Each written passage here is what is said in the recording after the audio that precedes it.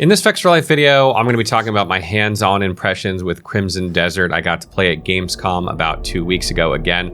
Played this game at Gamescom last year. I played this game at Tokyo Game Show last year. This is a game that I cannot get my hands on enough times. It's so good. If you haven't heard, this game was actually delayed from releasing later this year until releasing in Q1 of next year. We don't have an exact release date yet, but it's not going to be too much further until this game releases. So I want to talk a bit about what I learned about the game from my time playing it this time. We got to see a bit different of a slice than we got to see before. My main experience playing Crimson Desert before what I played just a couple weeks ago was mostly boss encounters and the different mechanics and types of bosses that you would fight in the game, which were all drastically different. But in this gameplay session, I was actually getting to play like a quest of the game, one of the objectives, if you will, and get a bit better of a slice of how the gameplay loop of Crimson Desert will work. It's not 100% an accurate representation of what all the quests in the game look like, because I think this is probably a unique quest from what I can tell, because we're sieging a castle and there's troops everywhere and it's massive battle royale, basically. It's not a battle royale PvP wise, but you got what I mean. There's enemies everywhere, there's allies everywhere. It's a huge scale siege. And I don't think most of the battles you're going to have in this game are going to be that way. I'm sure there will be others as well. But it did give me a better understanding of the way the game plays. The first thing I noticed in this gameplay session was how absolutely massive the game world looks. There was a part of the demo where we jumped into the map and you're sort of skydiving, and you have a suit that allows you to glide around. And if I remember correctly, they told me basically everything that you can see you can go to in the game. And when you look around the map, it's beautiful. It's staggering, the size of this game. So there isn't going to be a shortage of things to do. It is a lot of map, and I think people are going to have tons and tons to explore. What you're going to see in this gameplay is you're going to see a portion of the game where I'm talking to an NPC, and I'm basically getting my mission objectives. We're sieging this castle to try and rescue an ally that's under attack who's trying to defend it. We take out some towers with a cannon, which is pretty cool. I'm sure there are going to be other unique mechanics like this in the game, where you have to do certain things with certain things, interact with the environment in certain ways, which was pretty fun. I enjoyed that. Wasn't amazing, but it was absolutely nice to have mixing it up a little bit. And then once you get into the combat, you can tell quite quickly that the enemies keep respawning, keep coming. There's just a ton of them there, and if you tried to fight all of them, you'd be there all day. So it was, at the beginning, I was kind of just trying to get my feet wet with the combat again, reacclimate myself. It'd been almost a year since I played last, and kind of get some combat under my belt before going in. And one thing that's really cool is, you'll notice I do this rain of arrows attack that basically calls down mortar strikes, which is something that you can do in the game if you coordinate by setting up banners and things. It looks like you can coordinate super abilities that absolutely wipe out packs of enemies, and you'll see me using this a lot in my gameplay. I expect there to be more abilities like this throughout the game, where you can meet certain requirements and certain objectives or certain missions that then allow you to, do certain things that you wouldn't normally be able to do. I don't know if outside this area of the game, I would continue to be able to do that. I don't think so. I think it's unique to this mission. So I think you'll see unique little mechanics like that throughout other missions as well.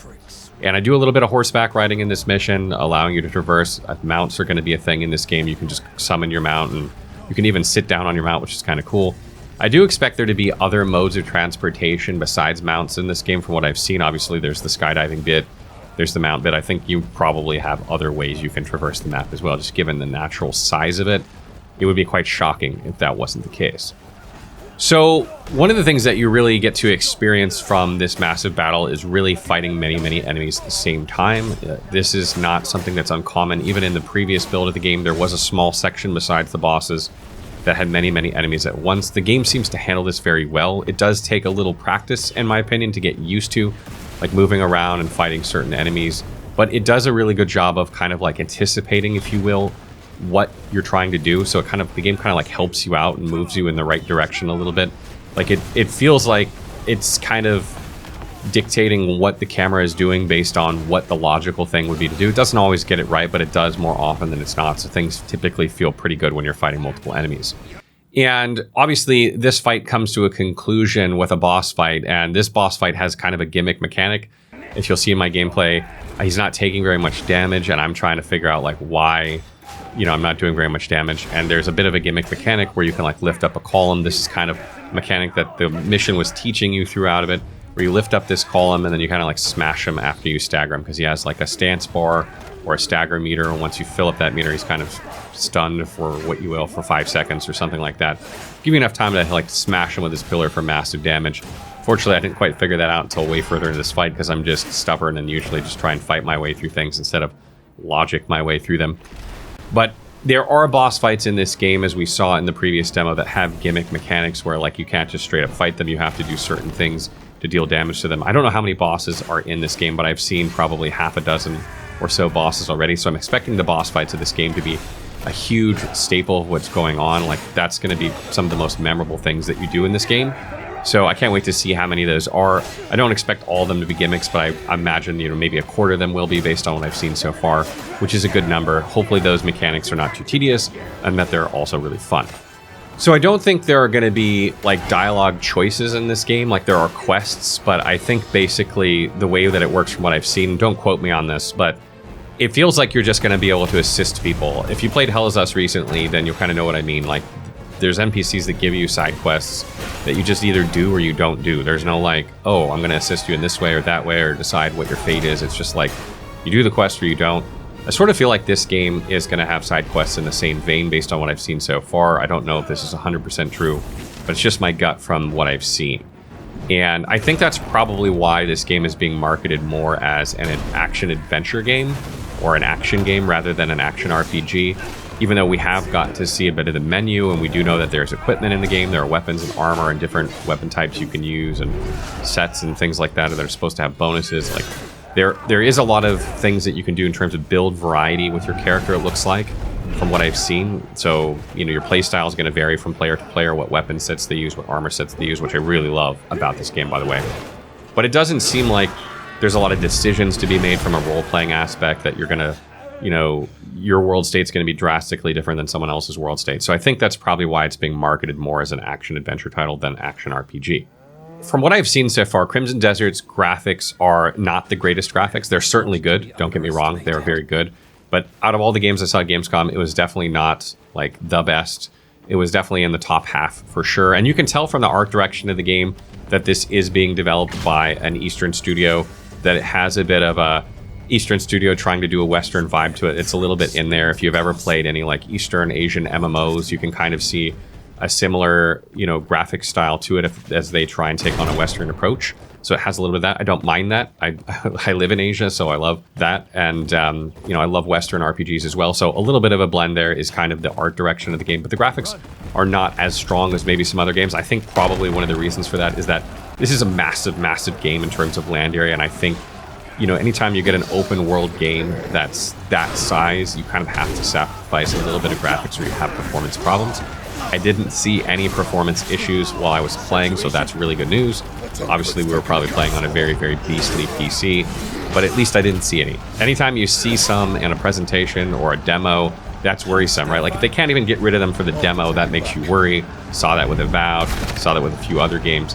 There was no performance issues in what I played so far, so I think the performance of this game is going to be pretty good, but I think they probably sacrificed a little bit of visual fidelity in order to make that happen.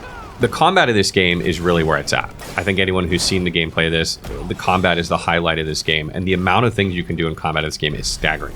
I don't think I've actually played a game or an action game or action role-playing game recently that has this amount of customization in terms of the moves that you can do in combat. There are just so many different attacks and defensive maneuvers that you can do in combat. It's almost overwhelming. It reminds me of like trying to learn like Mortal Kombat or something when I was a kid. That's kind of the same space. Like when you're, 10, 11 years old, you're trying to learn Mortal Kombat, it's overwhelming, right? That's kind of how I feel when I'm playing Crimson Desert. I'm not 10 or 11 years old anymore, but there's just so many moves. It's so hard to memorize all of them. And I think what that's done with this game is it's created a higher skill floor, but a much higher skill ceiling for this game. So I think the players who are really, really good at this game and master the combat, you're going to see them do some insane things in this game. But I think your average player is going to struggle a little bit more to get the rhythm of controls. And it's really hard to get a good sense of it too, because when you're thrust into these demo situations, you have a very limited time to play. They kind of give you all these different moves you can do at once, and you don't have time to ease into it how you would normally in the game. So I don't think it's going to be as hard to ease into it in the actual game as it is in the demo, but you can see me struggling a bit with the controls, trying to do certain attacks, and I'm doing the wrong attacks, simply because I didn't have enough time to memorize them, and they were all thrown at me at once. and that was very, very difficult to do. But I do think, in general, Crimson Desert is going to have a higher skill floor, which may be frustrating to some people. And there are a couple things that about the controls that concern me as well. Like, for instance, lock-on is L1, L1, like double tapping L1 is lock-on, but also L1 is block and L1 is parry. So sometimes if you're coming from like a Souls background like me, if you miss time a parry too early and then you tap parry again, you actually de-lock from the enemy that you're fighting, which can be frustrating. And there are just kind of a couple control things like that that can make controls feel clunky just because there are so many. And I think that's going to contribute to making people take a little bit longer to get used to the controls of this game. I do think, though, that once you get used to the controls and once you have more time with it, that it's going to even out a bit. But I still think it's going to have a bit longer of a runway control-wise than maybe some other games that are similar to it in nature. All in all, though, Crimson Desert is another one of those games that just absolutely slapped at Gamescom. There's so many good games this year. I honestly think I played 9 or 10 absolutely fantastic games. I'm trying to make videos through them one by one. We're obviously right in the middle of the Silksong launch now, so we're going to be covering that as well. But in general, Crimson Desert is a game I'm very, very excited about, and I can't wait to see more of the open world aspects and how that actually works. We only got a small slice here, and it's a very unique quest, so I want to find out more about that. What do you guys make of Crimson Desert so far? Have you seen the new gameplay? Are you getting a better understanding of the game? Do you still have questions or concerns about it? Let me know in the comments below. We'll be